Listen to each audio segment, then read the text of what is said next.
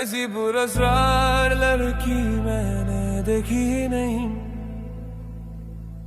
ऐसी पुरस्कार लड़की मैंने देखी ही नहीं। वो किताबे हुस्न वो इल्म अदब की तालिबा, वो मुहज़्ज़ब वो मुद्दब वो मुक़द्दस राहिबा।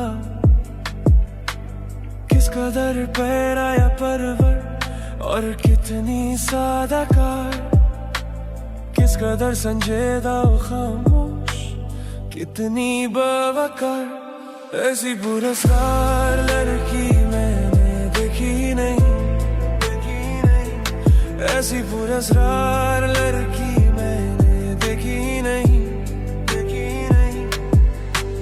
गेज़ुए पुरखम सवादे दोष तक पहुँचे हुए, और कुछ बिखरे हुए उलझे हुए सिमटे हुए।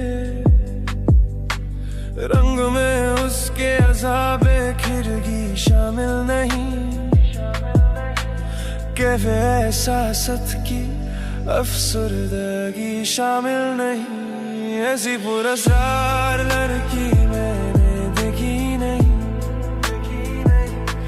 ऐसी पुरस्कार लड़की मैंने देखी नहीं।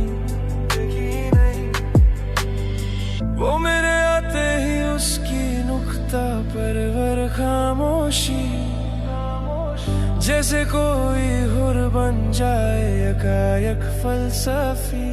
मुझ पे क्या खुद अपनी फितरत पर भी वो खुलती नहीं, दुख तराने शहर की महफिल में भी मिलती नहीं।